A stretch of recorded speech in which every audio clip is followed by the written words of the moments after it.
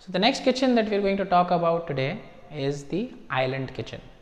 So island, as the name suggests, is a kitchen which has a cabinet right in between. It has a space for working right in between, which is open from all the sides. It is not touching any wall, it is not touching anything else.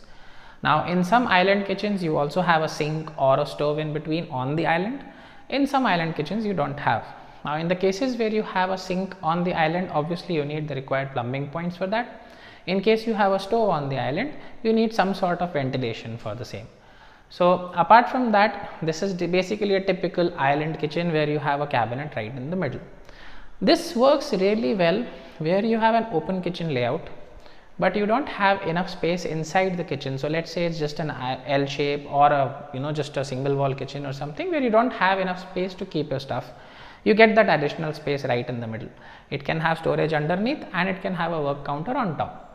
Another advantage or another place where you can use this kind of a layout is a place where you don't want to have a separate dining area. Okay, the family kind of sits around that island.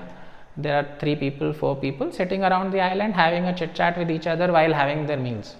Okay, this is a more modern outlook where you don't you're not worried about the television being somewhere else and all that stuff. So this is another advantage where it gives more family time to everybody. A disadvantage in this case is that it requires a much bigger space compared to a normal typical 2 BHK or a 3 BHK kitchen space. So for example, this space, so I have like around 10 feet by around 8 feet of kitchen space. I cannot have a work triangle. I cannot have an island. It's just not possible. Another disadvantage which can come with an island is to manage the work triangle.